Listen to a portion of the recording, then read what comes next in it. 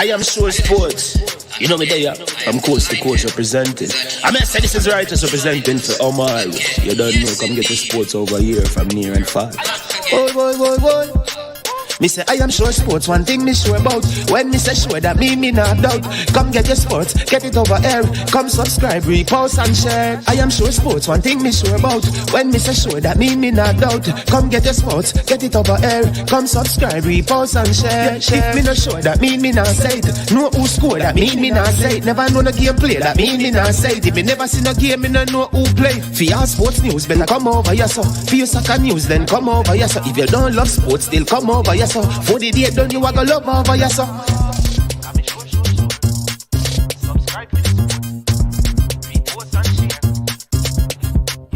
So when it comes on to behavior concerning football, Jamaica is decent. I am sure that if we can get all of these things done, set in place by the end of April, it gives us enough time before the World Cup campaign. Not afraid of no Brazil, no Argentina with these crapper players. We are good enough. Remember, like, subscribe, share. Listen, comment, let me know what your thoughts are. Made up of 18 Jamaican herbs and spices, add delicious, bold flavor to your next grilling experience. Flavoring sauce, a marinade, basting, condiment, or topping. Trick Nick Jerk Barbecue Sauce. Welcome to I Am Sure Sports. I am sure sports. You know me there. I'm coast to coast representing. I mean, say this is righteous representing for Omar. You don't know, come get the sports over here from near and far. Boy. Me say I am sure sports, one thing me sure about. When me say sure, that me not doubt. Come get your sports, get it over here. Come subscribe, repost and share. I am sure sports, one thing me sure about. When me say sure, that me not doubt. Come get your sports, get it over here. Come subscribe, repost and share. If me not sure, that me not say it. Know who score, that me not say it. Never know no game play, that me not say it. If me never see no game, me no know who play. For your sports news, better come over here so. For your soccer news, then come over here so. If you don't love sports, still come over here so. For the date done, you are gonna love over your son.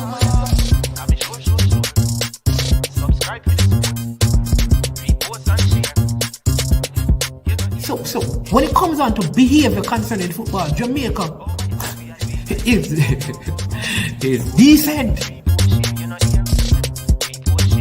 I am sure that if we can get all of these things done, set in place by the end of April, it gives us enough time before the World Cup campaign.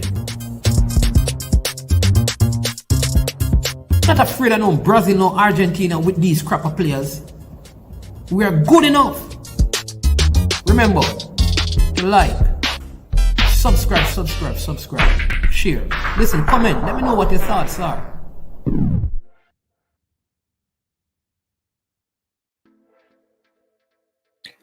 All right, good morning, and welcome to I Am Sure Sports. I'm your host, Maninsman, and we have some updates for you, some news and some updates from the JPL.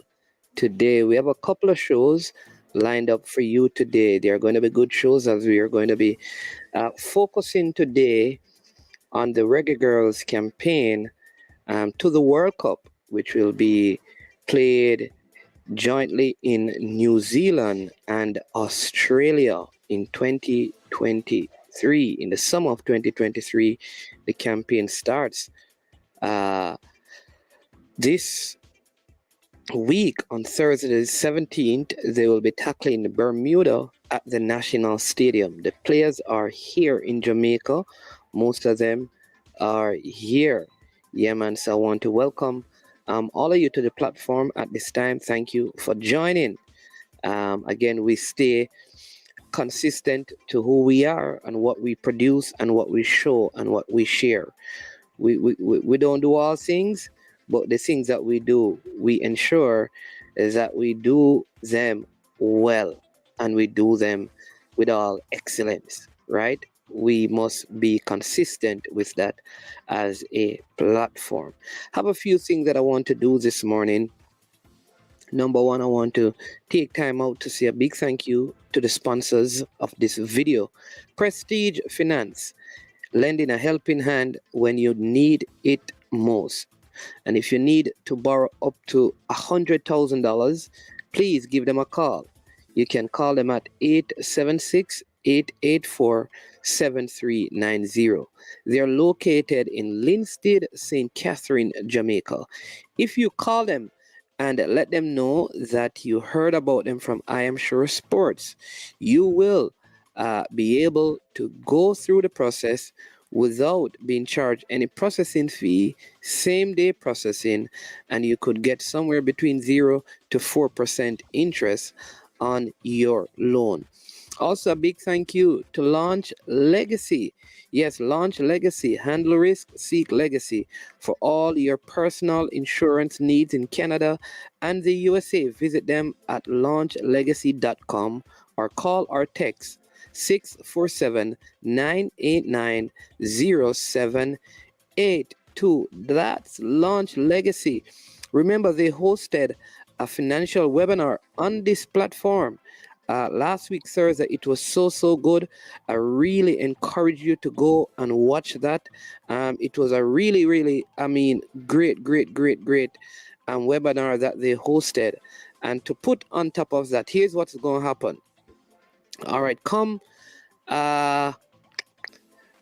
the second Thursday in March, we will be having Launch Legacy doing a next webinar, but this time we'll be having someone from the Bank of Jamaica, the BOJ, who will be helping sportsmen and women with information that will better help you to prepare a budget for the income in your life. All right, so stay tuned for that. Also want to big up Trick Nick, the Jamaican owned and operated company out of Canada. They use authentic Jamaican herbs and spices to make all their products.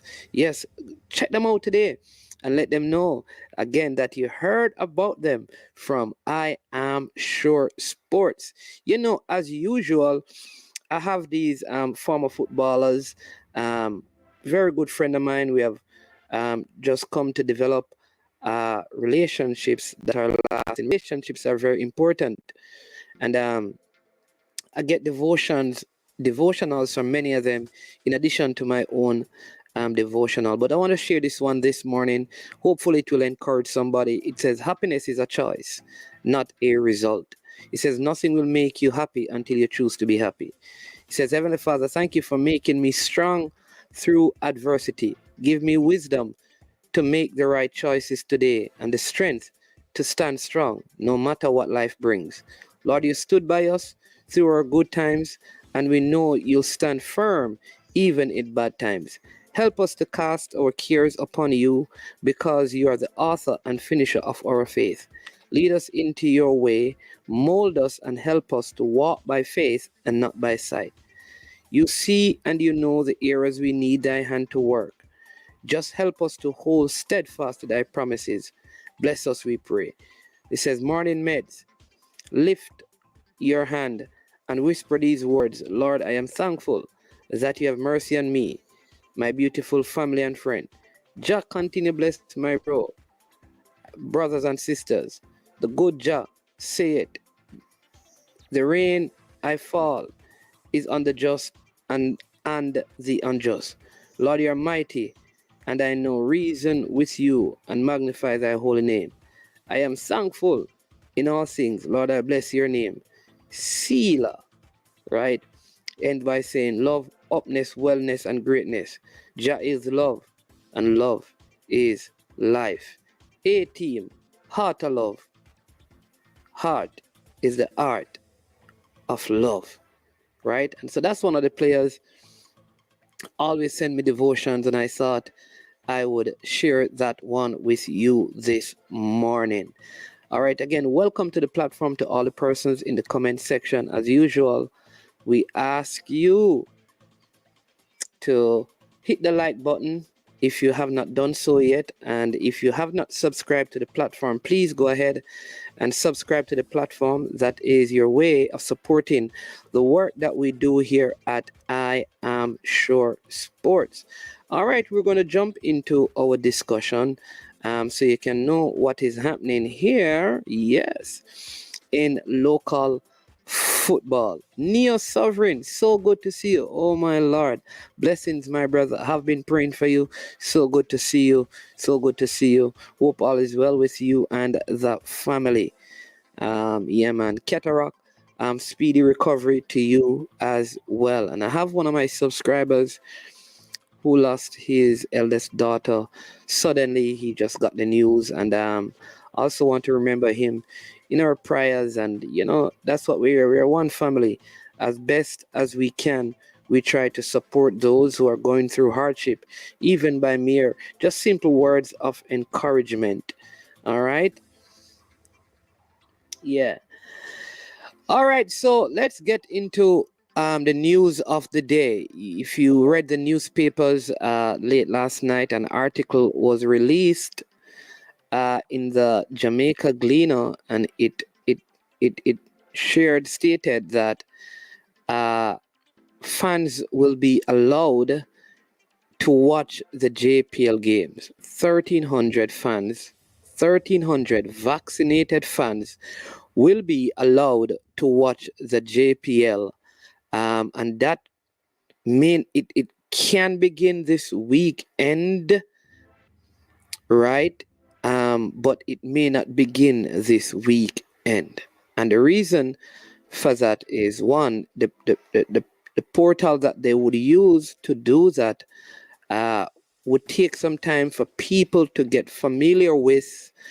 Right, so we will see. We don't know what the ticket prices are yet, but we do know that there will be an online way of registering in the same way you'd go to the games for the national team when fans are allowed.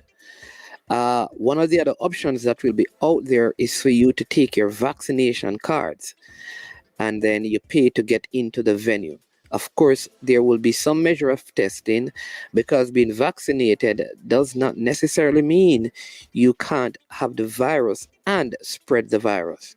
So there will be measures put in place to prevent that from happening. All right. So I really want to help you to understand that. So they have also expanded the amount of venues that will be used to host the games. So right now, since the start of the season, the first 5 rounds, all the games have been played at the Captain Horace Burroughs Center for Excellence on the synthetic surface up there. And many have been complaining that that is not good long term on the legs of the players. And playing on a natural surface is a better option. So the National Stadium has been approved to host games. Sabina Park has been approved to host games. Stadium East has been approved to host games. And Draxall Sports Complex have been approved to host games. So those venues, along with the Captain Horace Burroughs Center, they have all been approved to host games in the JPL. I think this is a good move. I am wondering though how it is going to work at the National Stadium with 1,300 spectators. We are going to get into that in a little bit to discuss the cost of renting the stadium and the cost of tickets to go into the stadium. 1,300, how financially feasible it would be. But let's look at some of the dynamics, right? Firstly, I want to encourage your people that here it is that stuff are beginning to open up slowly. However, let us be honest, law abiding, and respectful of the protocols. I'm saying this because you don't want a case where, because the venues are opened up, people just turn up and people just turn in and people just flood the venue. And here is what happened. vaccinated, unvaccinated, and we find ourselves in a conundrum, and we go back to where we are coming from, or a quagmire, or we find ourselves in a place where, in an effort to release us from the shackles of the protocols, we end up being worse off.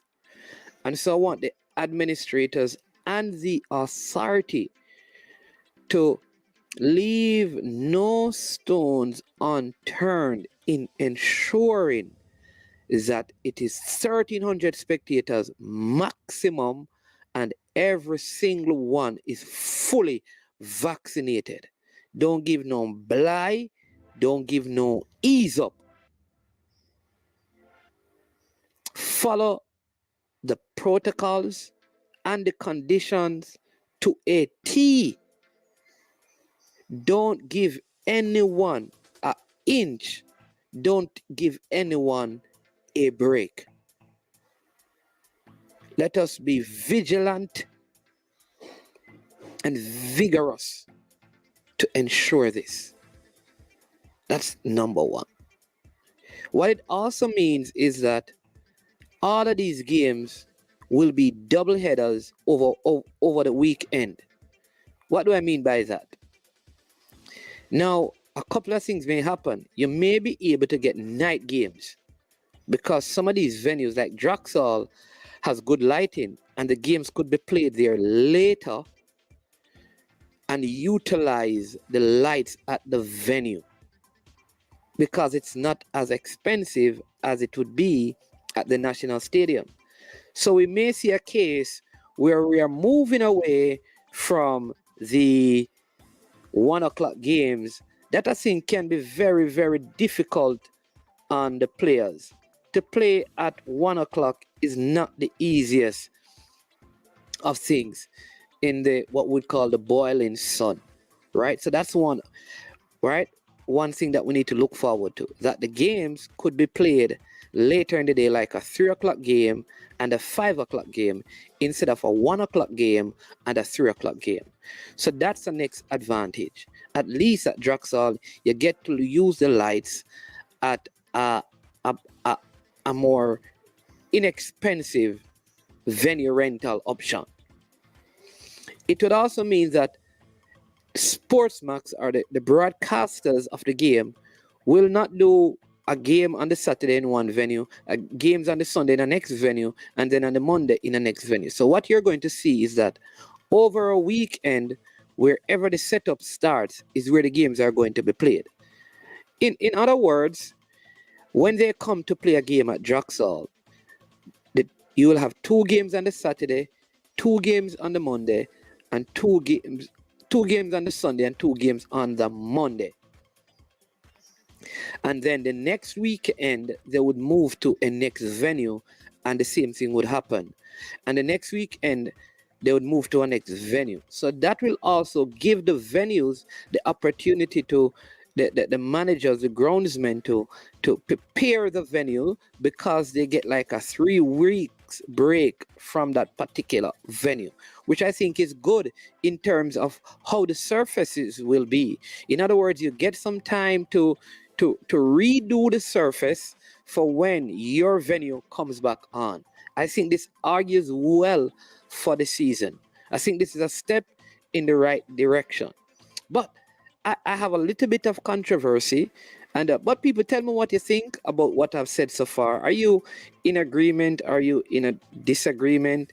How do you feel about this? What do you think about this? I mean, what would you do differently? Tell me, what are your thoughts? What are your thoughts, people? Let me get a couple of comments from you to hear what you're all thinking. Yeah, what you all thinking?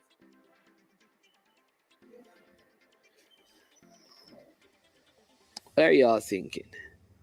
Because I have a little bit of controversy. It is not highly controversial, but it is worth discussing, because it's always important that we seek to know what is the logic behind certain decisions? What is the logic behind certain decision?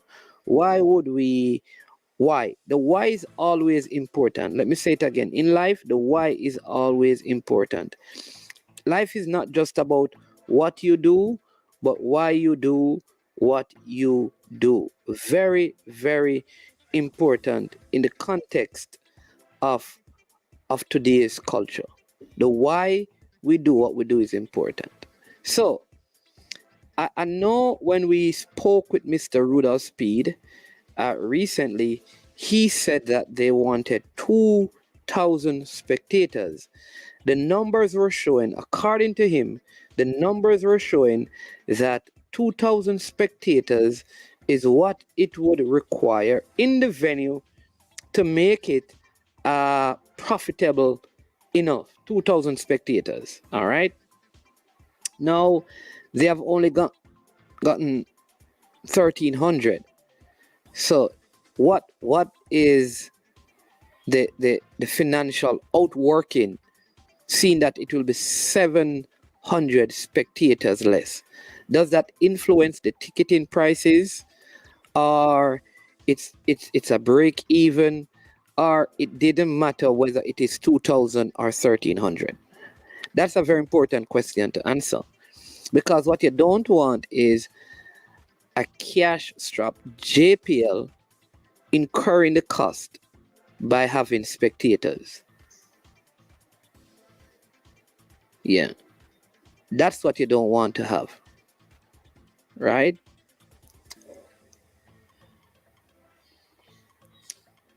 You don't want to have that.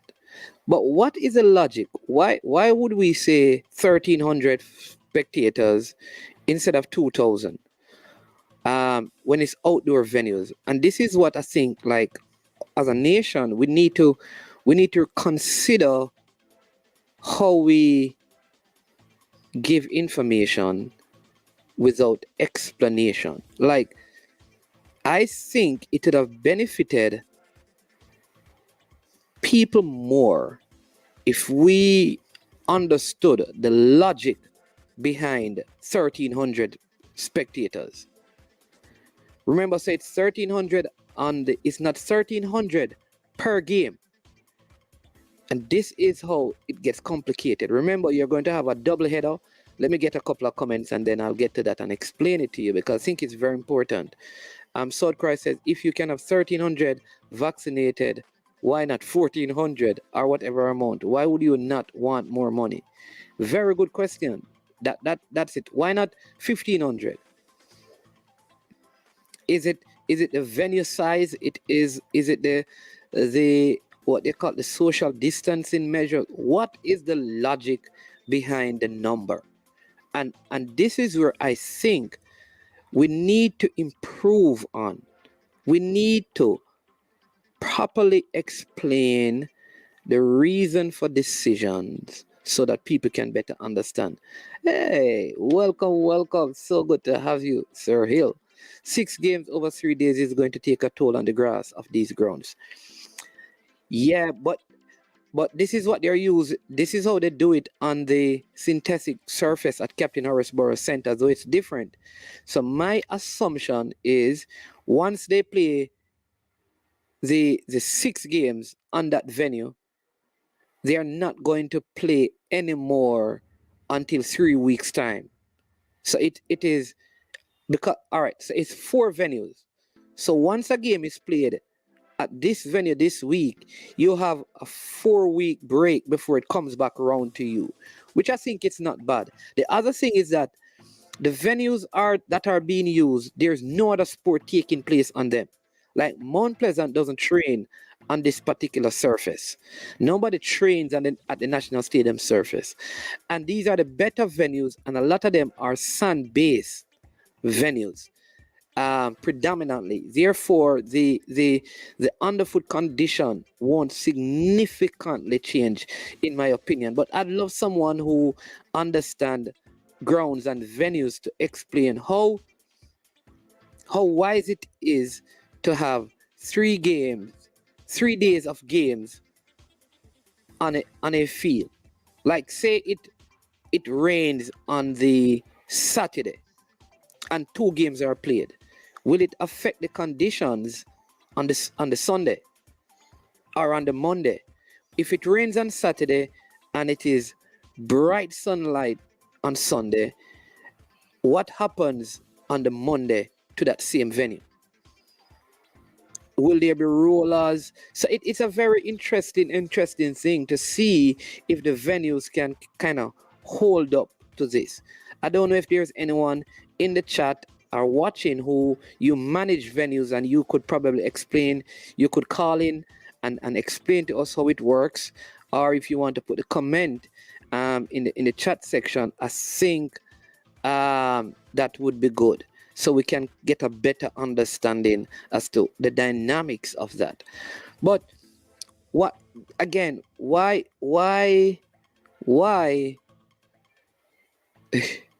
1300? What is the lot behind the 1300? Blessings to you, Brian.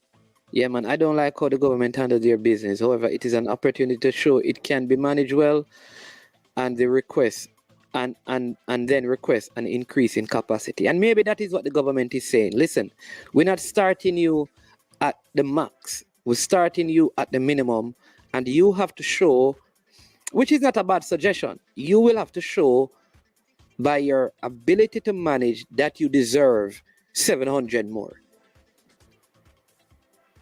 700 more. I'd say that would be a good suggestion, but that could have been explained. That's all I'm saying. That sometimes we say things and leave ourselves open to criticism because we don't explain things. People are understanding enough. People are. The ministry watching, I am sure sports, but a service has speedy requested this. You know, somebody, people, I'm realizing more and more that people are watching and people are hearing what has been said. You're absolutely right. And listen, this is, I think, what we must also do as a people is that when we ask something and it is done, we say thank you. So for the persons who the Ministry of Local Government and all the other stakeholders that has opened the door for this, thank you. Now we realize that people actually listen and respond, which is a good thing. Not everywhere the grass won't recover in time. Not very wise, the grass won't recover. Oh, you're saying that the grass play 3 games on grass and 3 at it can't, because here's what, no, this is where it can't work, because for the broadcasters to take their equipment, say they played at Draxall, I think they could do this at Stadium and Stadium East because they are close. But to say, for example, they play the Saturday doubleheader at Draxall, to move all of that to a next venue for the next day would probably cost too much.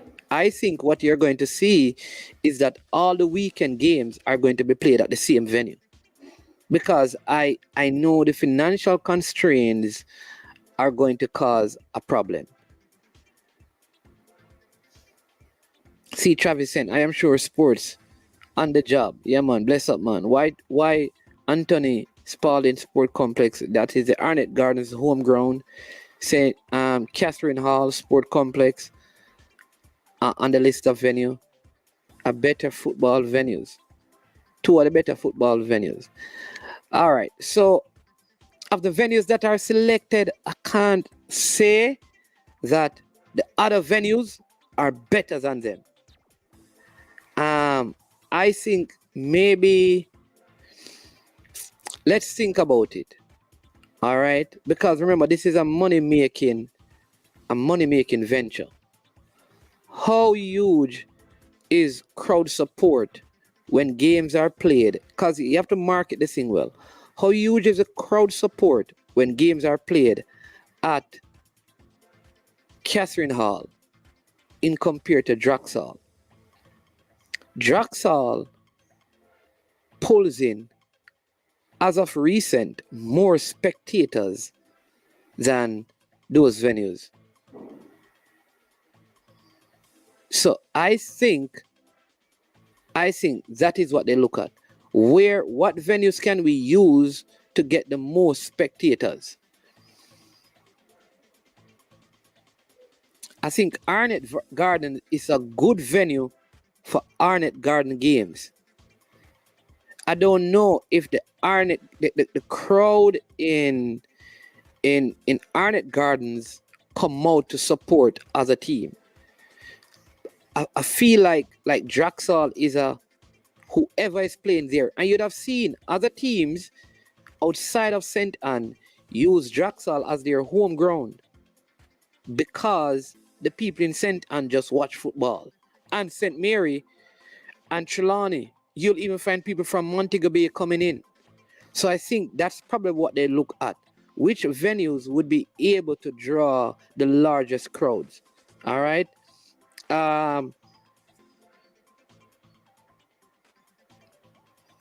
Yeah. But when I think about Catherine, I've gone to Catherine Hall, and when after the couple of successful years of Mobile United, the crowd support was not significant. And again, certain demographic only support the local team, and they only support the local team when the local team is doing well. What's the capacity of Draxal? 5,000. I think they can go up to 5,000. Yeah. Yeah, man. Blessings to Fresh God in the building. Damon Clark, the man from Cornwall College, is also in the building. Bless up.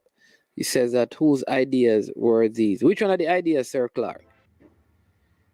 Catherine Hall, according to Moby, was a financial success. Yeah. That was I think that success was probably during the time when they were champions. I know if you go back to the which is understandable, the point when they were struggling, they weren't having as much support. Yeah.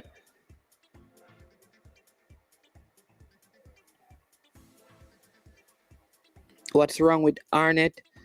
I think I explained that. I don't think people outside of Arnett, like I don't think like a Mobile United fan would probably watch a game at Draxal than to travel to Arnett Gardens to watch it. Same thing. I just think that nothing is wrong with the surface. Nothing is wrong with the stands. Nothing is wrong with the lighting. I'm just talking about marketing the venue.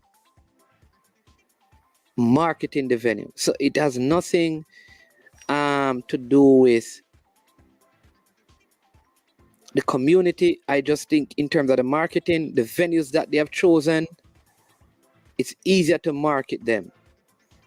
In like, again, that's my opinion.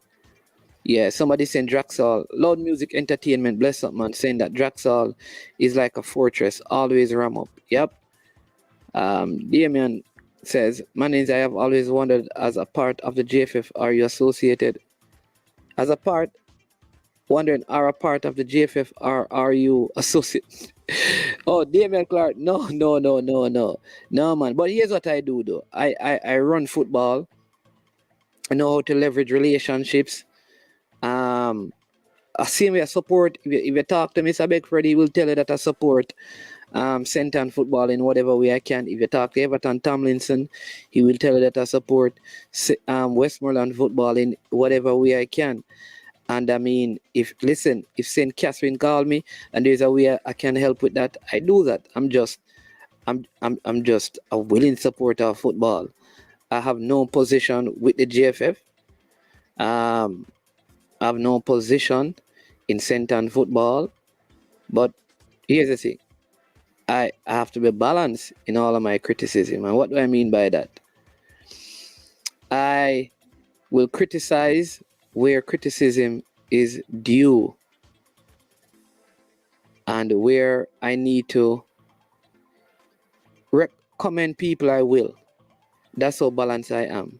I tell you, I have a lot of problems with the GFF, but if I criticize them for the boys and the men campaign failing and the girls qualify, then I have to say, kudos to them. But because they have to take responsibility for the male team failing to qualify, because everything rises and falls on leadership. But what I'm not going to do is just come out every day and just be cussing people. I try to look for the light in the darkness and speak to the light. That's just my personality. But no affiliation like that, I'm an advisor. Hopefully one day, if they call on me and say, man, we need you to come in and probably support with this, I would gladly do so, because maybe by being on the inside I can help to bring changes. You never know. Big up to speed, all right. Unseen Draxall is a good venue. It is a sort of central location. That's what I think. I think that could be it. Unseen Sport, Steertown, Senans Bay, man, them alone will full up Draxall. Not even mention Ochi, man, them. No. And you know what happened, people? A lot of St. Mary people, right? Yeah. A lot of St. Mary people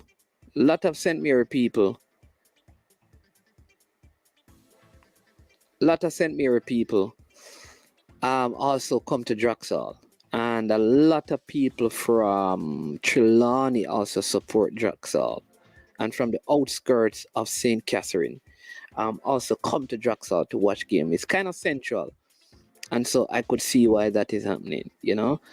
Damon Kleisner, he has just friends. Yeah, there you go, fresh God. The idea on which venues to choose for playing, was it our stakeholders or the GFF? No, remember that a lot of this is done by the Chris Williams. Chris Williams is integral in all of this, because remember, he came on this platform and he spoke about it, and if you listen to him, you'd have heard him speak to that as well. Yeah, man. Big up Stone Love. Really appreciate the super sticker. The big sound in the building. Stone Love. Yeah, man. Thank you so much for the super sticker. Really appreciate the support. Just letting the people know as well that the super sticker and the super chats are easy way to support the channel. You can go from $2, listen, $2, all the way up to as much as you want to do. But it's an easy way of supporting the channel. Hold on and give me a sec. We have a special call coming in.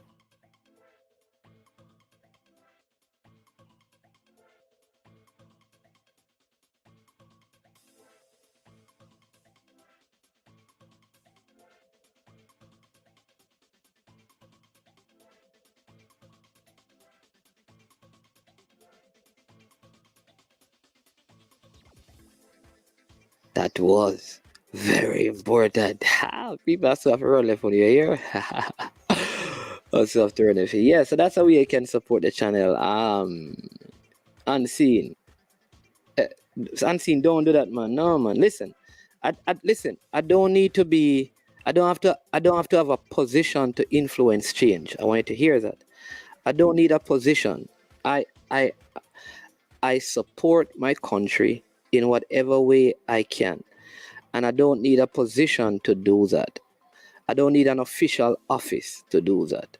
I pray for the teams, and every time I interact with the footballers, I try my best to encourage them, past and present.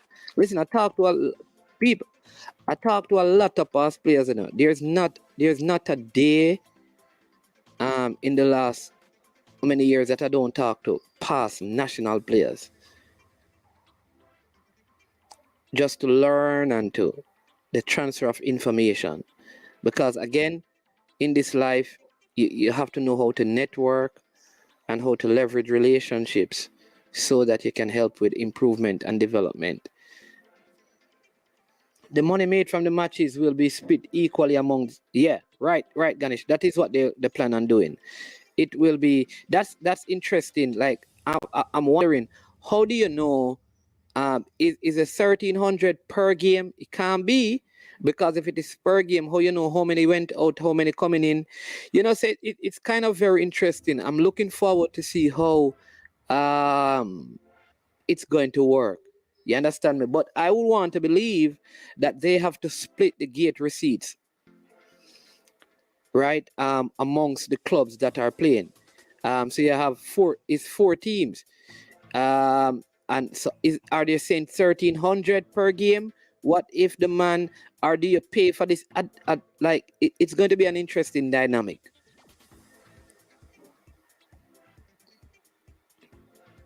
Suppose you come to the game because your team is playing the second game, but the first game has 1,300. The two teams in the first game have 1,300 spectators at the venue. Do you wait until someone from that game goes out and then you go in? Do you go in as a new 1,300, which is going to increase the number? Do they get out all of those people? And like, how does it work with a double header? And they'll be, so if you keep the same 1,300, you'll have 1,300 for 1,300 spectators, whatever. Say it's 1,300, right?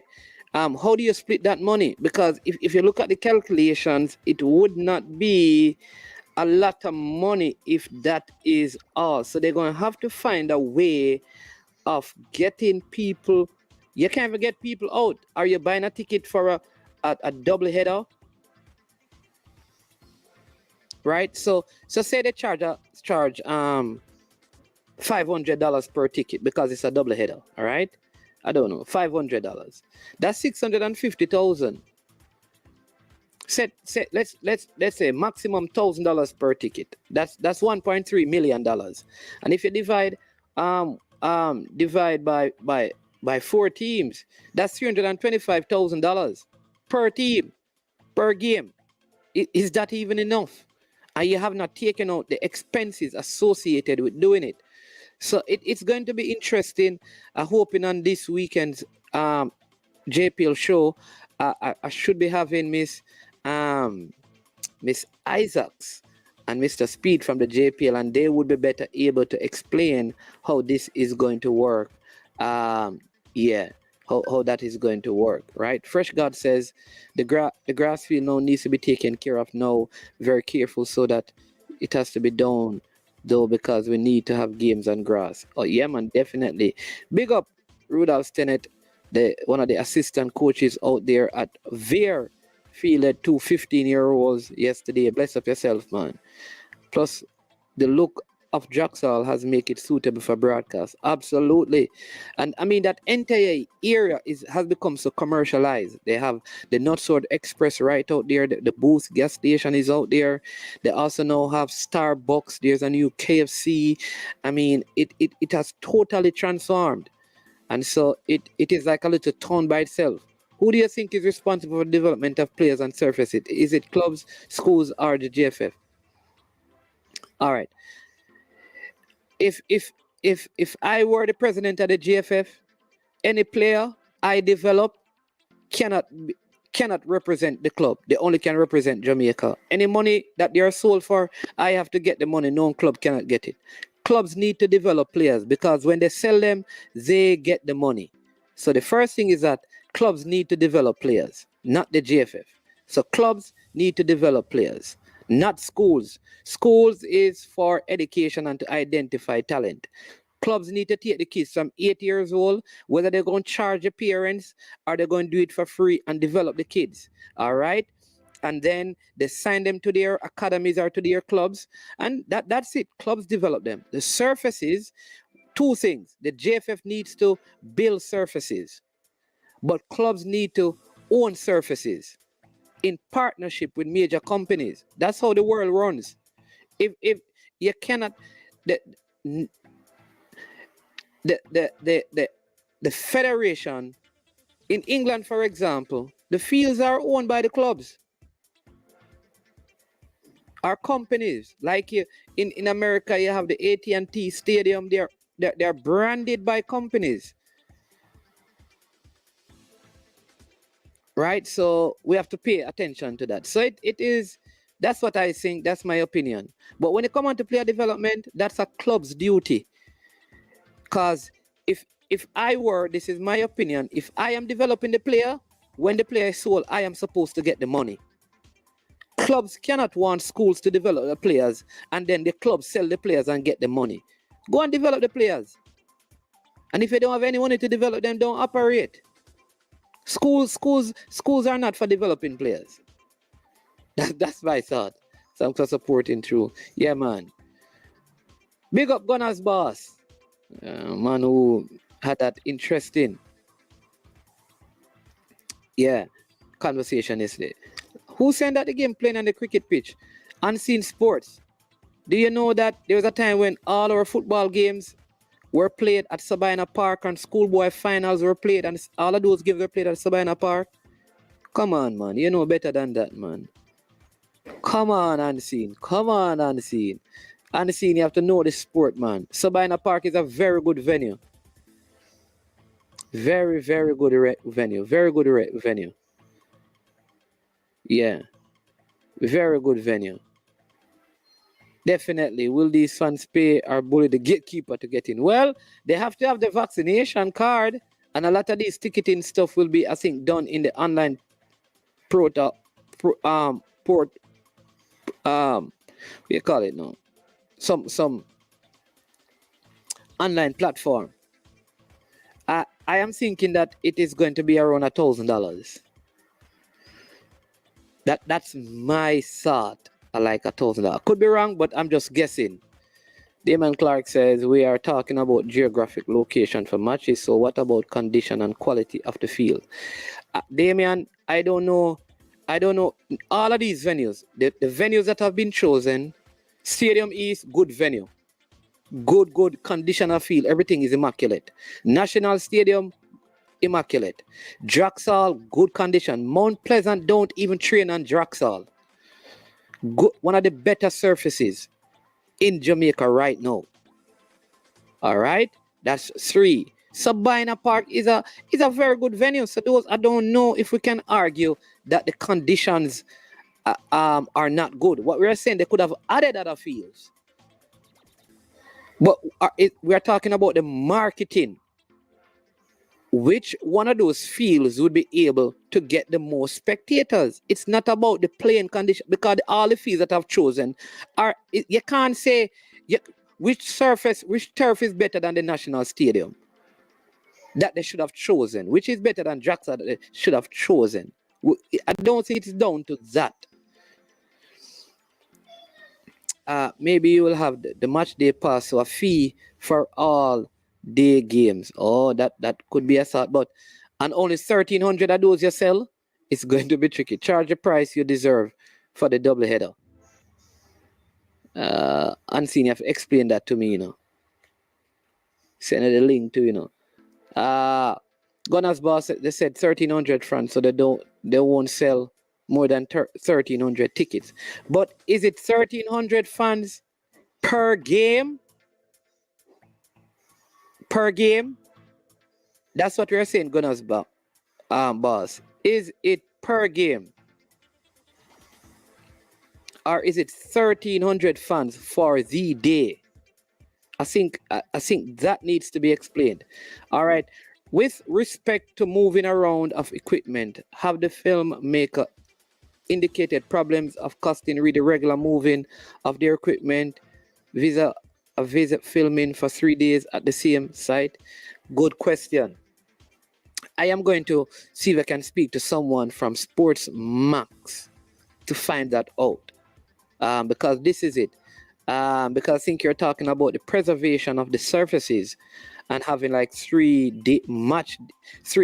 consecutive match days on the surfaces. So you're probably suggesting that play like here Saturday and Sunday and then move somewhere else, or probably Saturday move somewhere else and then somewhere else. I think we need to find out from Sports Max how feasible financially or how difficult it would be to be changing venues. Come on, people, remember, you have to hit the like button. That's your way of supporting the platform. Also, you can share the content. And if you have not, please subscribe to the platform. We're trying to get to 3,000 subscribers. We are very close. We are very close. Just need like 100 and odd more to get to 3,000. And with your help and your marketing ability, we can get there. So go ahead. You know, we are improving how we do things on the platform. So please show us some love and hit the like button.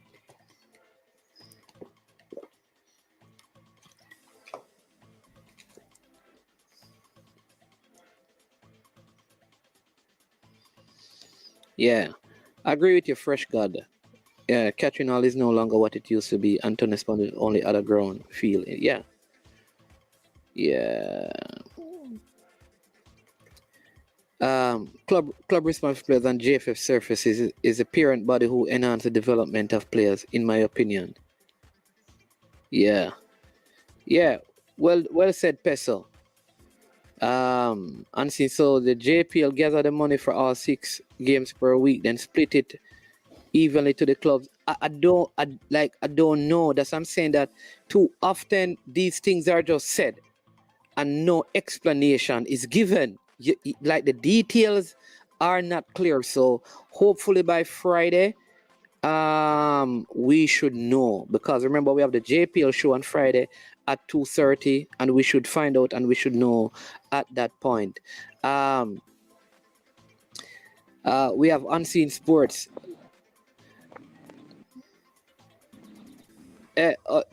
Unseen. You look like you're The money's frozen, on. my friend. I'm You need to fix it. You need to fix your camera. I'm not at home. Good enough? Yeah, you need to turn You it. see me? You know how you need to set it, man. You don't know the landscape setting.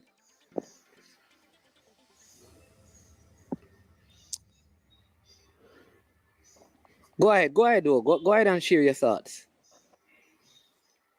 There you go. Go ahead and share your thoughts. Gunners bosses, schools, Pop Warner, and Hearing me good? yeah, man, we're hearing you loud and clear. Are responsible for the development of players. Government are responsible for infrastructure, and the national team pick for the best of the lot. Hey, Gunners boss, you're typing some very smart stuff, my friend. Very good. I mean, I'm very sure that the people will say, hey, Gunners boss, your typing is better than when you were talking yesterday. But go ahead and see it. But respect for the comments, Gunners boss. Go ahead and see it.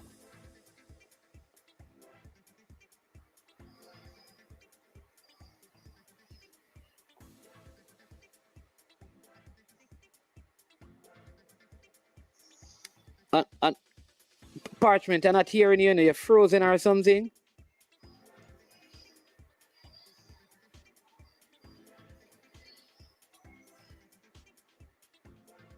All right, I think we're having some problems with Java and Parchment from Unseen Sport. Roughly 4 million for the games. That's not bad. Some income coming in. Yes. They could have spread it across the country. It is the marketability. Thank you, Neo Sovereign, for the super sticker. Appreciate it again. Thank you so much. Thank you for the support. Unseen, you can also call in, you know. That's it. You can also call in. Like I hear you saying, like you, Stets. All right.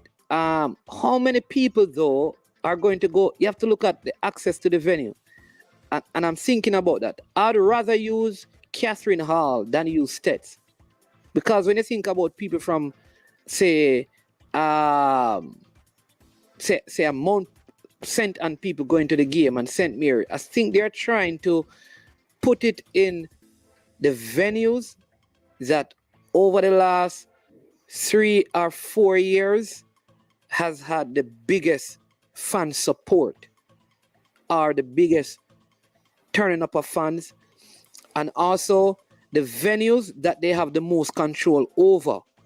Because some of these venues people can jump fence and get in, so that they also have to ensure that they can secure the venues,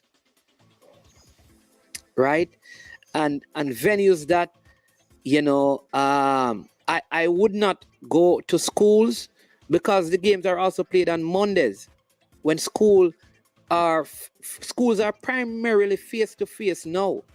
I would not take any other games on school venues at school venues right now. So instead of using one of the school venues, I'd probably go to like a Catherine Hall. That's my thoughts. Thanks again, Neo. Management, did you know that NBA, NFL teams don't practice at the same facilities they play the games? Yeah, which is what I'm saying is happening now. You know, most of the teams are not practicing on their which is what happens with Mount Pleasant. Mount Pleasant has their training. They train on one field and they play on one field. Mobile United, for example, they would not play at they would not train at Catherine Hall. They would train at Westpaw Park and then play at Catherine Hall. The Cavaliers don't train at the Stadium East and they play there. You understand me? So I think that also argues well. Only two fields I would have, Stets and St. George's, I am sure Sports. Yeah, those are good surfaces. So what is happening? Why are clubs not functioning? Surfaces and facilities are non-existent almost. Damon Clark, why you're very surfaces and facilities. So what is happening? Why clubs are not functioning? I think Damon, because you see, I misunderstood you yesterday. Why we have better surfaces now than probably any time before. I'm going to give you 10 good surfaces. I'm talking about playing surfaces. And I saw some of these in schoolboy football. Good surfaces. St. George's College has good surface. Arnett Garden has good surface. Waterhouse got good surface. Sabina Park has good surface. Stadium East is a good surface. The National Stadium is a good surface. That's 6 I could call other surfaces. All right. Draxall is a good surface. Westpaw Park is a good surface. Catherine Hall is a good surface. Stets is a good surface. Where are the venues in Clarendon that they played? Is it Juicy Beef Bank or Brancourt? So they are. We have some good surfaces, but is it profitable to bring the games there? So the surfaces, we can talk about additional facilities. It takes money in a lot of these countries, a lot of these places. Because when they go around the Caribbean, you know, people talk like, compare us with the rest of the Caribbean. Let's compare us with where we are. Probably with the exception of Trinidad and Tobago, and you know how some of those things were built there. Jamaica has some of the better surfaces. Our CONCACAF approved surfaces, probably with the exception of Trinidad and Tobago. So when you compare us with the Caribbean, probably outside of Trinidad, we are probably the top in terms of having surfaces. Facilities, the federation cannot build facilities for clubs. It's either the government or the clubs has to do that. The federation has to facilitate that. I don't think if we change, all right, so I'm going to agree with you guys. You see, the next election, every person who is associated with this present JFF administration, every single one, remove them completely and let them have nothing to do with football. Let's assume that. And then bring in a new set of persons who has never had anything to do with football before. So they are coming in with blank minds and blank everything. Do you believe that they are going to build stadium right across Jamaica? That's not their jobs. The clubs need to find a way to partner with government to own land. Like in Westmoreland, where there's a Frome Sports Ground, there should be a plan with the Member of Parliament, the Reno Football Club, and in partnership, say with let me call a name, say with a NCB, they create the NC, they change it from the Frome Sports Ground and call it the NCB Field, the home of Reno. That's how it has to work. That's how it works in most nations, in my opinion. Again, that is my opinion.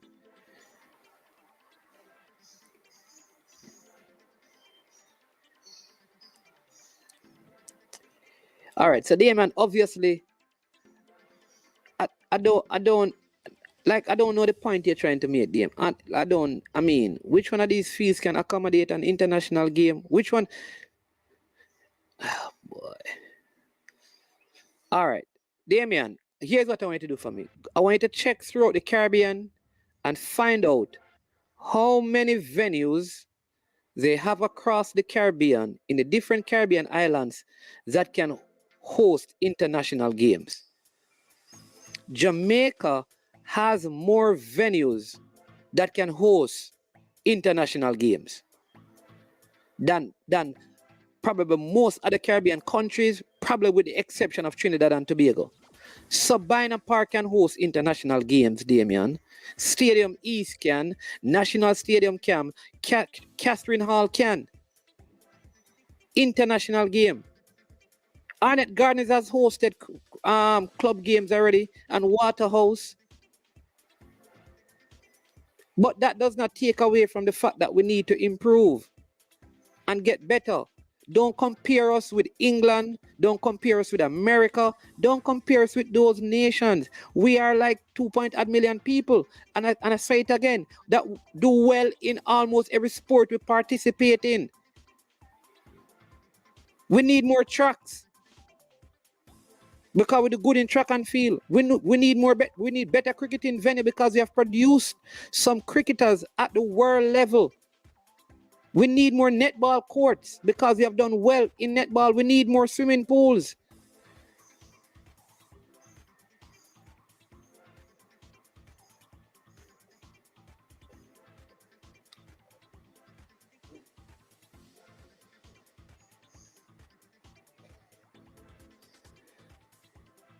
Yes, we see you. I don't know.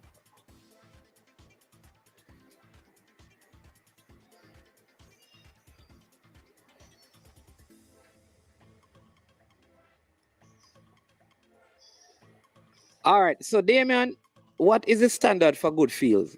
What? Tell me where we should compare the Jamaican standards to.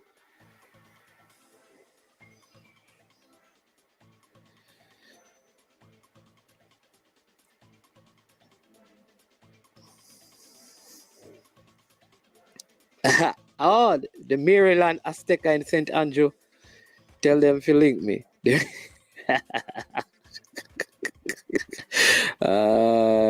still. Yeah, the JPL has made. All right, so Damien, the light group is costing us as a nation. So Damien, listen, obviously, Damien Clark, you have a problem with the JFF. And so because you have a problem with the JFF, everything with our football is a problem. All right, and I listened back the tape yesterday, and you did say Andy Williams is good for nothing. Them not good. That's what you said, you know. And I had to correct you. Now, you have to separate a couple of things, my brother. Your problem with the JFF is one thing.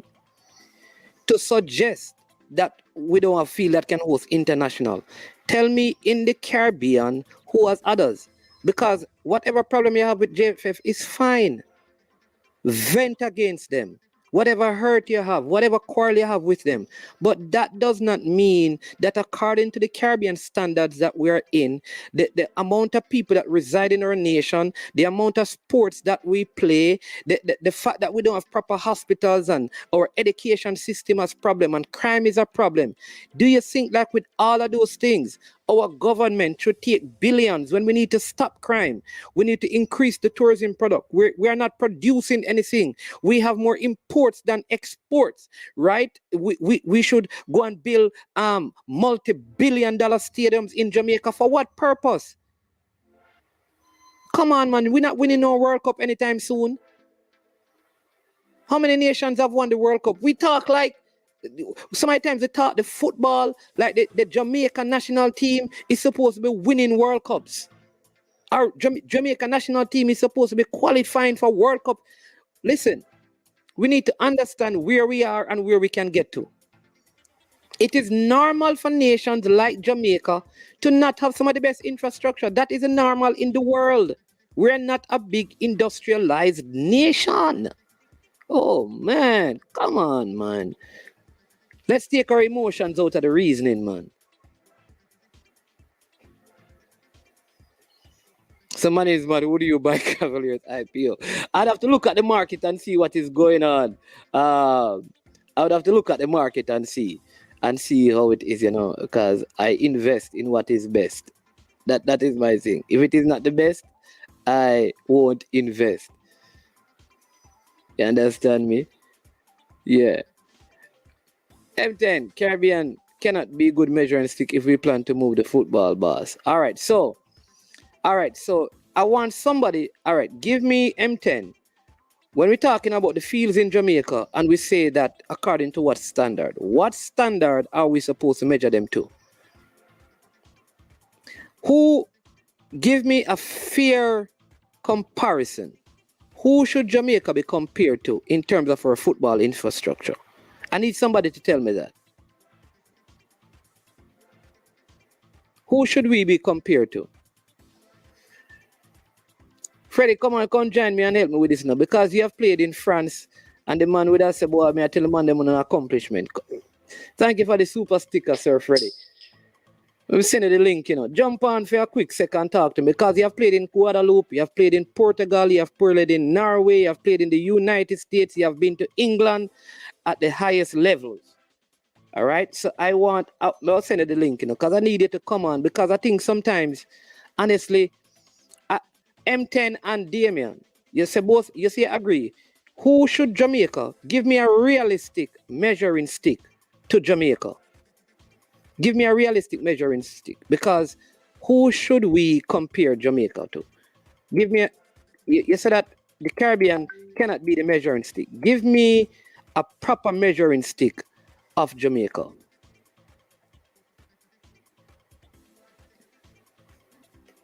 Give me a proper measuring stick. All right, Uruguay.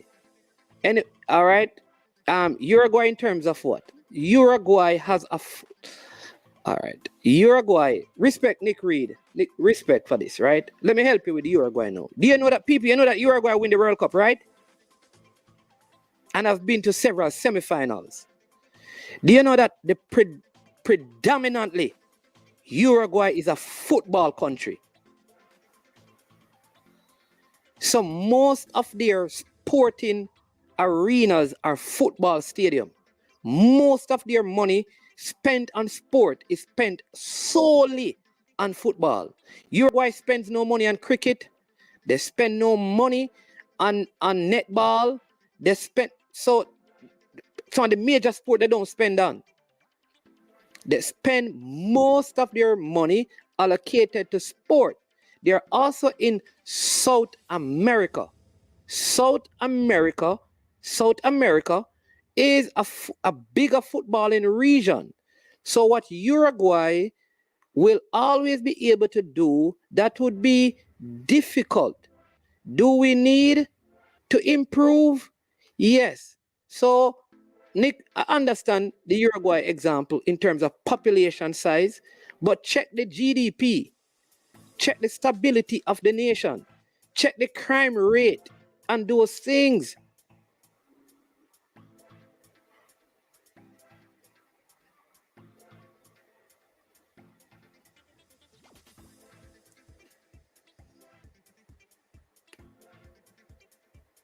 So I don't know. People, my expectation is that Jamaica will qualify for World Cups every now and then. It will not become a consistent thing. Nations like Jamaica don't. Just like Trinidad.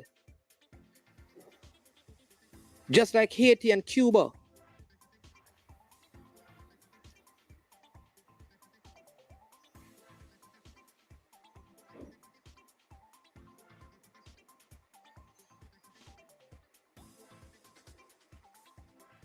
So, Freddie, we have the time, jump on. I don't know because, we soon wrap up. We have around 20 minutes to go. But thanks for the super chat. People, thank you for all the support on the channel. Really appreciate it. Continue to like and support and share and subscribe, right? Yeah. Rudolph is asking, Pastor, question, who is the assistant coach for the Jamaica under-23 program? The question I'd ask is, who is the coach for the Jamaica under-23 team? There is a coach. I don't think there's a coach for the under-23 team, so I don't know if there can be an assistant. I don't know. The clear picture is if your foundation is weak, everything. So what is the foundation, Damian? What is the foundation? Because remember, if we're saying the foundation is weak, the weak foundation, because, all right, so sometimes how we talk like we were building stadiums, and in the last 15 years, we have not. We were doing well. If you say that the foundation is weak, what we are basically saying is that from the beginning, from our advent into football up to this point, our foundation has been weak.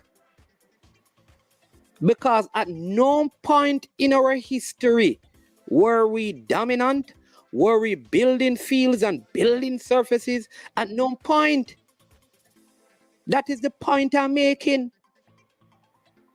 This is not a disadministration issue. Let me help you. Let's use track and field. Because we have had greater success in track and field than we have had in football. How many surfaces has the Jamaica Administrative Athletic Association built? Don't you see the Ashanine Stadium at JC built by private people? The one at KC built by private people? The one at Calabar built by private people? The government built one in Catherine Hall, not being repaired, and the National Stadium and Stadium East. Government, not the J3s. Until private people partner with the clubs, until the clubs become marketable enough to attract private investors, these things are not going to happen. Who did the transformation work at Mount Pleasant? Peter Gould. Who dealt with Brandon and his brother, Murray and his brother? You check. What happened at Westport Park? They have a beautiful stadium with facilities. Arville Powell. That's how the thing has to go.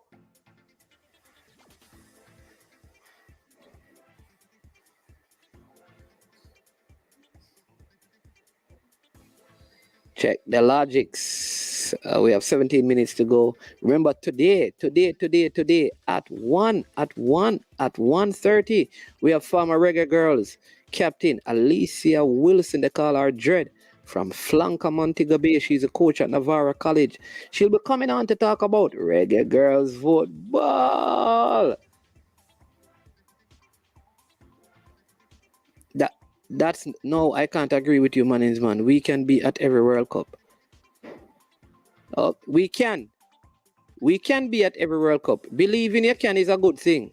I can tell you this. We won't be at every World Cup. Okay?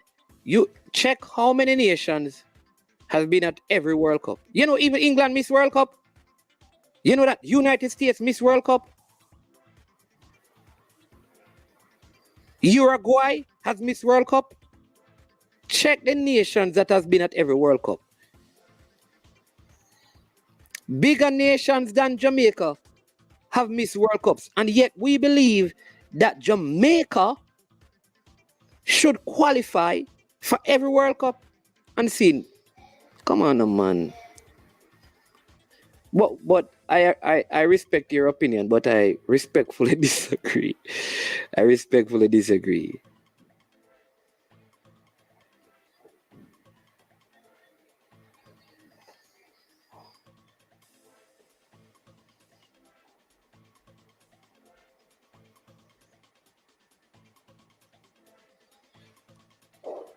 This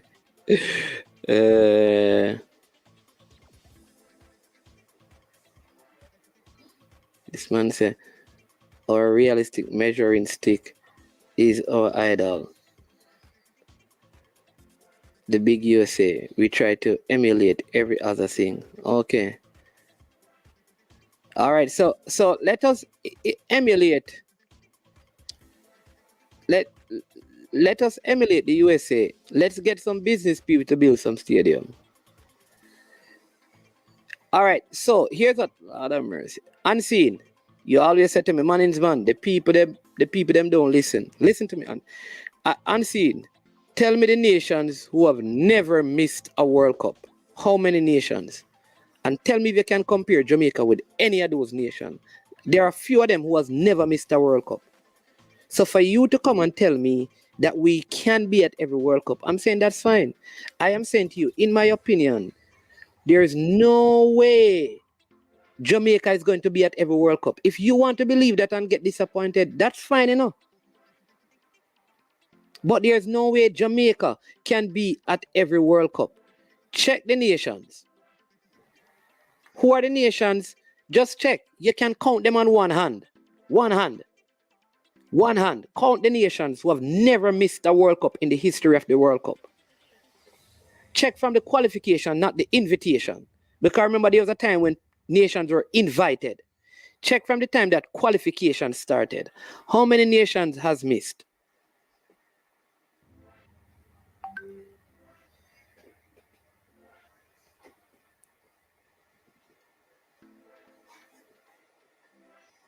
Check that.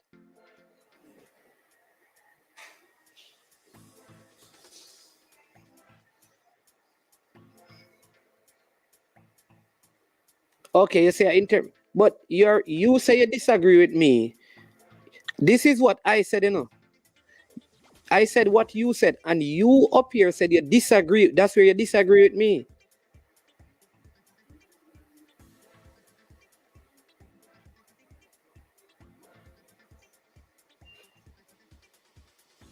Well, you can call, man. We have around 13 minutes to go, so you can call and explain yourself.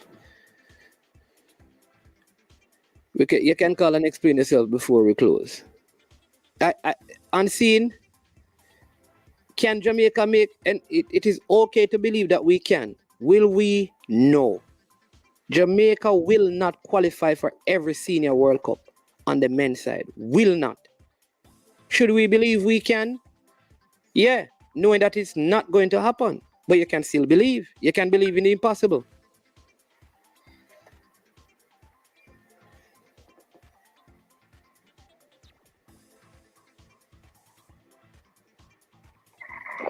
Yeah, I am sure sports. yeah, I'm well, live. yeah, man, you're live on scene. Yeah, man, my Wi-Fi I behave away. I'm original house. Can't jump on. But yeah, what I disagree with you that you said that you said that we're not going to make it to every World Cup, right? But I said I'm disagreeing with that because some people may think that you're saying that we can't make it to a World Cup or stuff. So I'm making it clear that we can make it if we believe. But that don't say we can't miss a World Cup. You understand me? So that's what I was just saying. No. What you're saying that we can make it to every World Cup? We can make it to every World Cup. That's the belief. But that doesn't mean that we won't miss one or two. I put it to you that we will miss many World Cups. That's my position. But I see now, so you say many now. Yeah, and I'm saying we can the majority. Oh, okay. I don't believe that Jamaica can make majority of the World Cups. That's me. Yeah. For example, we recruit a pastor like yourself in the JPL position. Listen, I think you can do a good job. No. Listen, if I were the president and the expectation is that I'm supposed to help this team qualify for I would not take the job. Why? I would not take it because I know what is expected of me is unrealistic. It's unrealistic. Given the state of the country and so many other factors, it is unrealistic to expect that Jamaica will qualify when bigger nations, better footballing nation, better infrastructure, better coaches, better players miss the World Cup. I would not take a job that part of the requirement is that I qualify the team for every senior World Cup. I would not. Because it's not, I can be, but it's not possible. It's not possible. You know, we don't compare a different sport today. We can't compare football to track and field. But me that one the pass. Compare to track and field. Because even a track and field in Jamaica, right? We're not having this infrastructure like America and them places. So we beat them up. Let me tell you this. One of the misconceptions with track and field is this. Jamaica is very dominant in sprints. There was a time when you used to dominate with Herb McKinley and those guys in the 400. Outside of sprinting, since Usain Bolt, we have been, and Shelley, we are being the most dominant. You remember what happened at the last Olympic on the male side? Jamaica never had a finalist. Yeah, we got beaten. So if somebody come and tell me that Jamaica will always be finalists in 100 meters and 200 meters, it can happen, but it is not. I'm telling you. Come on, man. Yeah, but what I'm saying though, man, even though we don't have enough infrastructure in track and field, we're still beating them. Right? We dominate it more than them. That's what I'm saying. All right, let me tell you why. Because track and field, where we have dominated in track and field, is predominantly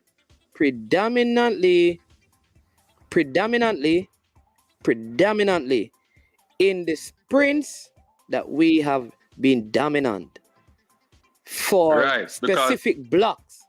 And here's what it is: individual. Like, watch this. If we were supposed to probably say, if the World Cup was a player who can take on some of the top players in CONCACAF one-on-one and scoring a goal, maybe we would qualify for every World Cup. If it were just based on one player, maybe we could just put up Walter Boyd, or maybe we could have put up Leon Bailey. We could put up individuals. But when you have a team and you don't have 11 world-class players, and then you don't have substitute who are world-class, not all of them playing in top level, it's going to be different. Because you're going up against teams that for the most part, they have all of those things and more. That's true. But that doesn't mean that you can't beat them. No, man, we're not. We're talking about qualifying, but I get your point, Unseen, you know? I get your point. Once they beat somebody, you have a chance to qualify. Yeah.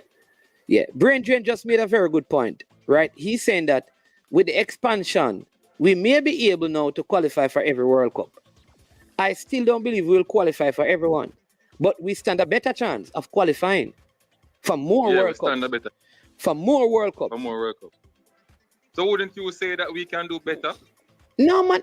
Of course, we should have done better. I believe, here is where M10 and I believe.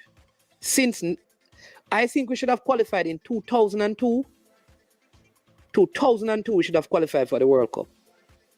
Right. All right. 2010, we should have qualified for the World Cup. This World Cup cycle, we should have qualified. So that's how much? 3? 3 out of the last 6, I believe we should have qualified. Because I also believe when I looked at the teams that defeated us when Trinidad qualified, like when a couple of the teams I realized that our team was rebuilding. We had some good players, but the other teams were better than us. In some of those cycles, to me they had better quality. So in nations like Jamaica, when you're not, our production of world-class footballers is not like Mexico, who have bigger population, not like probably the United States, who is investing a whole lot. So what you'll find is that, and then like a Costa Rica, who really they only play football and baseball. So when you have those things, Jamaica, will probably have some very good footballers like Jail Hyde, who could have been good, who chose to do track and field. Like if he were in Honduras, he would just be playing football because he wouldn't be doing on track and field. So Monies, man. So you're saying that the other countries are producing footballers, great footballers better than us, right? Which is true. But if you go back and look at what when the Danswell said, and their name Wagahon, who use schoolboy and go overseas and beat up big nations and stuff. I think our talent at the grassroots level are better than the overseas talents. Based on that. Based on what Wendell Danswell said to me. Okay. All right. He said that went to Germany and he observed them and the Germany whosoever him go over there to say teams that the talent in Jamaica at this age group from ages 7 to 13 better than us. But there's a problem with transitioning from there to the elite level in Jamaica. That's right. You understand? Yeah, but if Germany says that, the Brazilians may not believe that though. You know that. And the Argentinians. And the Mexicans. That's their opinion. But that's all I'm saying. It is opinion based. No, it's man. It's one thing to know the truth but not believe in it. What is it? In other words, a chicken. Huh? In other words, other people trick them. I'm not following you. I'm not following you. All I'm saying that if a German says, if a German coach says, listen, at 13-year-old, your talent is better than us. All right, fine. Right. You think the Brazilian believe like the Jamaican 13-year-old are better than all the Brazilian 13-year-olds? You think they believe that? You think the Argentinians believe that? You think the people in Spain believe that? I am saying that. You think the people... What I'm saying...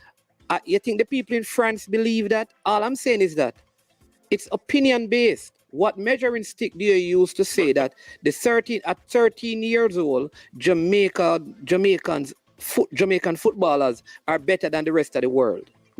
How do you measure that? I'm gonna have to ask when that's what the German use. But that is only one. What I'm saying that is only one. That is only one nation. So even if one man in Germany says that, say that is, I'm going to give you that. The Jamaican 13-year-olds are better than at talent level is better than the Germans. I'm going to give you that. The Brazilians may not share the same opinion. The Argentinians may not share. Go ahead. Man, I'm saying to you, they may not believe, but they know it's true. What? They know that it is true that the Jamaicans are better. Brethren, unseen. You know that. You know that. Unseen. You know that. Let me tell you this. All right. So I've spoken to Alfredo. You know I've spoken to Alfredo Monteso and a couple other persons in Brazil. You know that many Argentinians and Brazilians are wanted in the top clubs at like 13, but the South American clubs know that they won't get any money, so they keep them into the clubs and don't release them. So all I'm saying to you is that if Jamaica has, all right, let's calculate how many people in Jamaica you believe play football. How many what? How many persons? How many? What the football population in Jamaica, like good footballers? How many good footballers, say from 10 years old to 25 years old, you believe are in Jamaica? From 10 to 25? A small amount. Though. No, man, just give me an estimate. Yeah. You think it's around 2 million? No. 1 million? Around that. I put it here that is way less than 500,000 Jamaicans between 10 to 20 who are good footballers.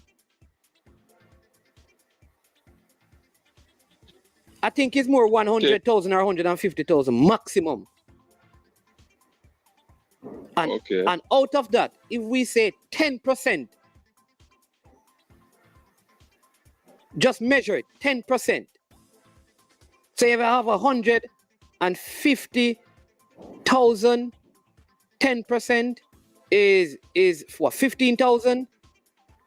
So let's use 200. Sure. So let's 200,000. So let's say 20,000 are good between age 10 to age 25. 20,000. All right. How many of those are between 10 to 12? So let's say next 10%. That is 2,000. All right. Right. So out of that 2,000, say half of them are super. That's 1,000. When you calculate those numbers with the population of the big in footballing nation, it's a small percentage. Right.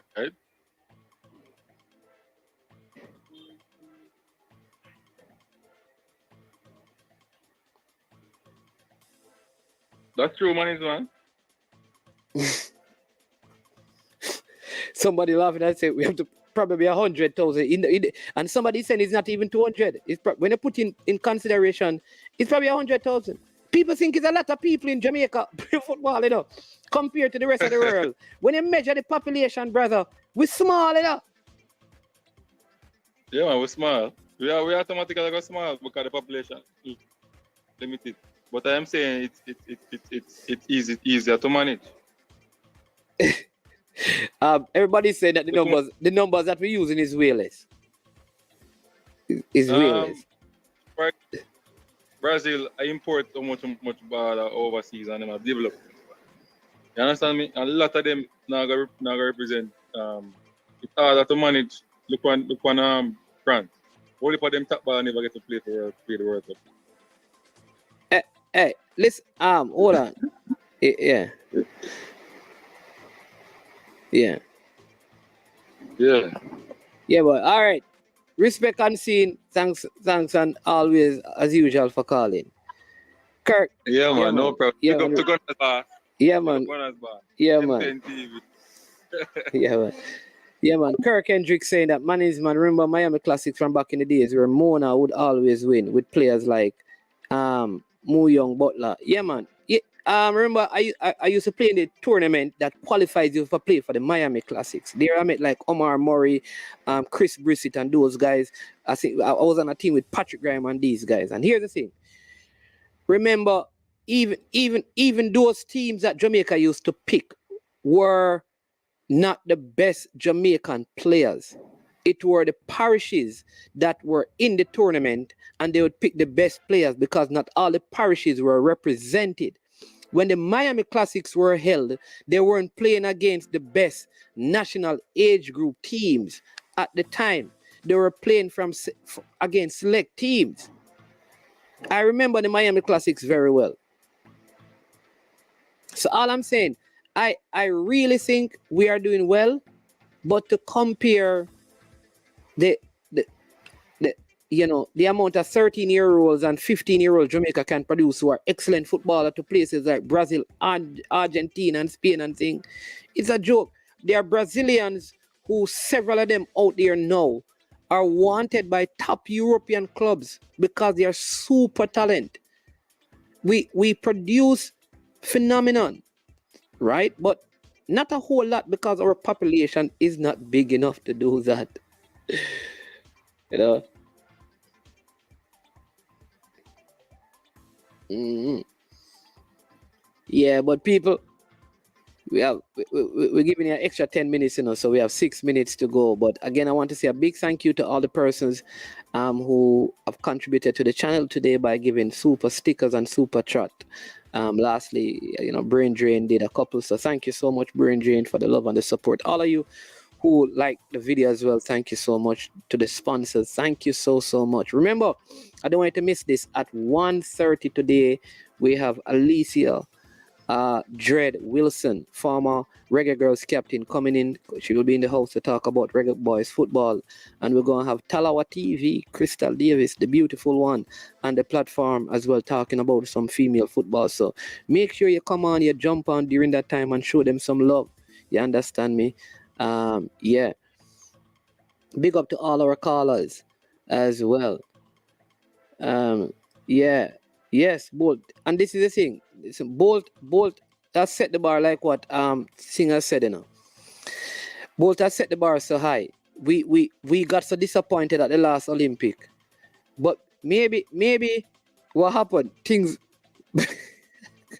return to normal. People, what you said Bolt accomplished and Asafa Powell is abnormal. It is not the norm. It is not the norm.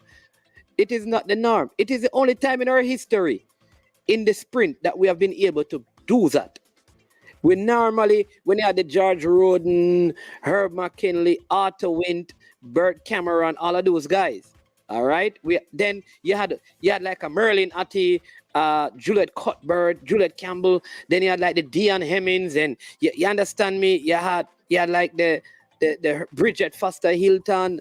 I mean, then you had now the Veronica Campbell, then Shellyan, then Elaine and Sharika. Then you have Brianna coming up, and you have the so you find we have spurts of these things.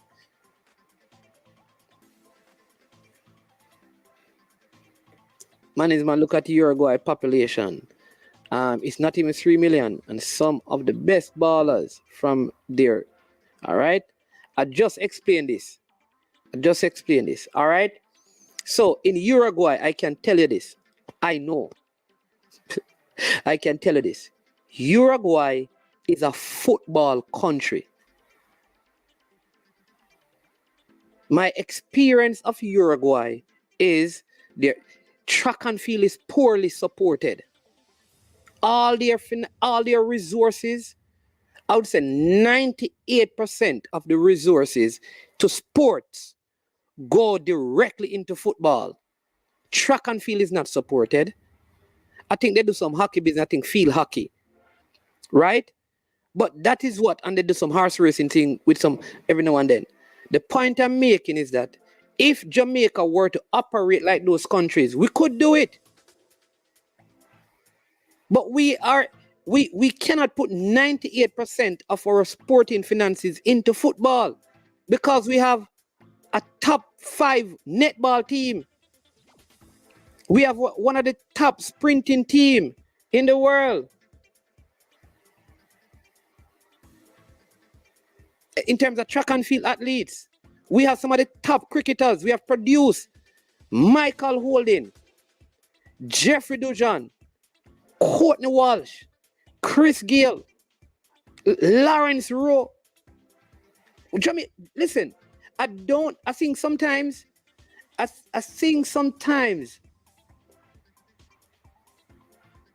we honest, we really, you see when you're in the thing, you can't see the impact of it.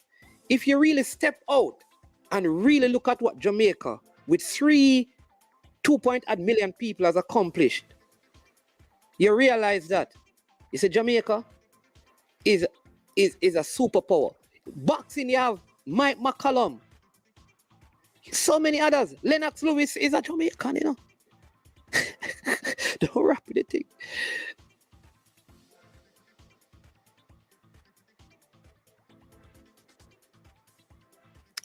It's like every sport Jamaica touch.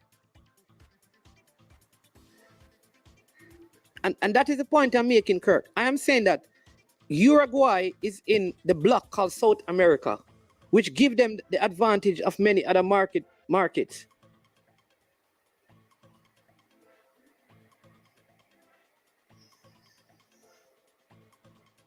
Right? And like I said, they have way more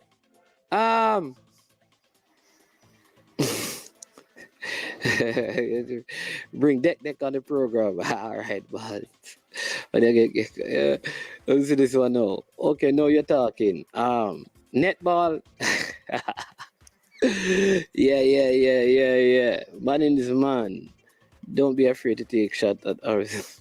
Talk about them. Let them talk about the show. No, Uruguay is 10 times the size of Jamaica. What happened to their people not having children? Yeah, and these people, listen. Hey, Jamaica, We need to build houses for the people them in Jamaica. We catch up. So we don't even have a whole heap of space to build, whole heap of fields and things. But I hear the point, you know. But I think sometimes our expectations are so high because we believe in our country so much. But I think, man, I'm telling you, it is Jamaica have basketballers almost in college system going through to the NBA draft every time. We have netballers in the top netball leagues in the world. Some of the best shooters. Fowler. We produce Ali Atkinson. Some of the best youth swimmers now across of Central America and the Caribbean. Jamaicans. So let's not be so hard at us. You know, Christopher Carroll says, man, our country in sporting activities, we're in the top 10 without question. Across all sports, definitely. So I know what you're saying, Kirk Hendricks, but it's going to be hard for us to do that because we have so many disciplines. You know, it's just like, I think, I don't know. Alberto, by the way, one of the best in Copa America has Copa America history. You hear that? Alberto Spencer. You see all these things I never know. A couple of the Super Bowl winning teams had Jamaicans on them. Yeah, so big up the little island, man. But you know, I know as footballing fans, I guess the track and field fans believe that we should be, winning gold medals every time. You know what is funny? There's a time, when Lambert was the captain of the Jamaica cricket team. I don't know if any of you remember this. And Jamaica won like around 5 or so regional titles in a row. That there was a time when people were saying that we need to pull away from the West Indies and have our own cricket team, And you see what happened? You don't produce. You have generational talents in nations like these. You see it now? Trinidad has some of the better talents. Then you're going to see Barbados. Then probably the next 10 years, Jamaica. Then you're going to move to Guyana. Then the Windward. That's just how things, that's how in these countries. There's a time when Barbados had so many sprinters coming through the system. Seemed like they disappear. Same thing with Trinidad. Seemed like they disappear. There's a time when Jamaica, until Usain Bolt, all right. Before Usain Bolt, who was a gold medalist sprinter for Jamaica? Somebody tell me that in the Olympics. Which before Usain Bolt, who won a gold medal for Jamaica in sprinting? Let me show you how this thing works. Did Jamaica produce any male sprinter or female sprinter at the Olympics with a gold medal before Usain Bolt and Shelley and Fraser Price? Somebody tell me.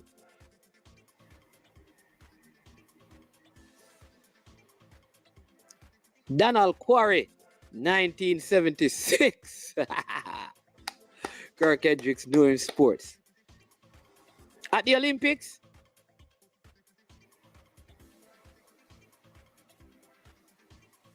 no, man. Dean Hemmings was the 400-meter hurdles.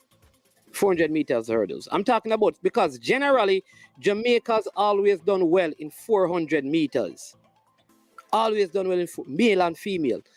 Let me tell you that it is Usain Bolt who changed Jamaica's standing when it comes on to sprinting.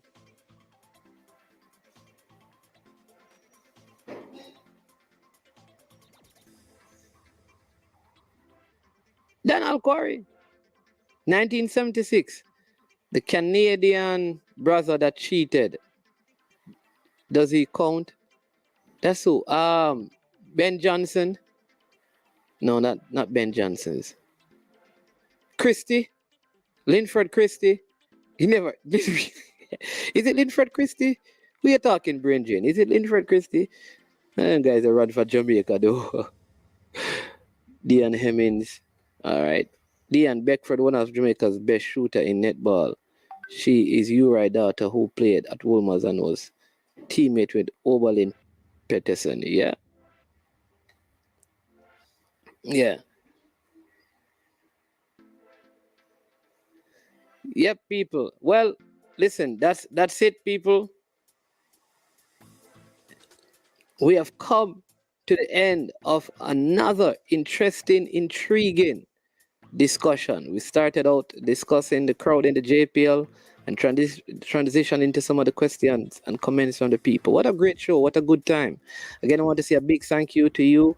We take around an hour break and we come back at 1:30 with the Dread One, Alicia Wilson. Again, I want to say a big thank you to you and to all our sponsors for supporting this Prestige Finance, lending a helping hand when you need it most. For all your loans up to 100,000 Jamaican dollars, give them a call at 876-884-7390.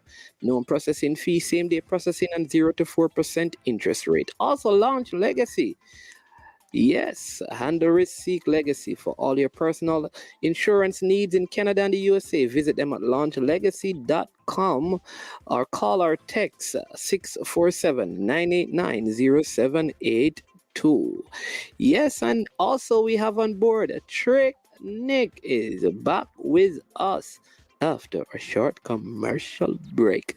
They use authentic Jamaican herbs and spices to make all their products. Visit them at tricknick.ca, or you can go to Tricknick Cooks on YouTube and see some of their wonderful, masterful cooking and meal preparation. We leave you with a note from them, a little reminder of a couple of their products. And again, remember to join us, put the notification bell on, like and share the content, and join us again at 1:30. Thank you. I'm Man's Man, and have yourself a fantastic afternoon. Happiness is a choice, not just a result.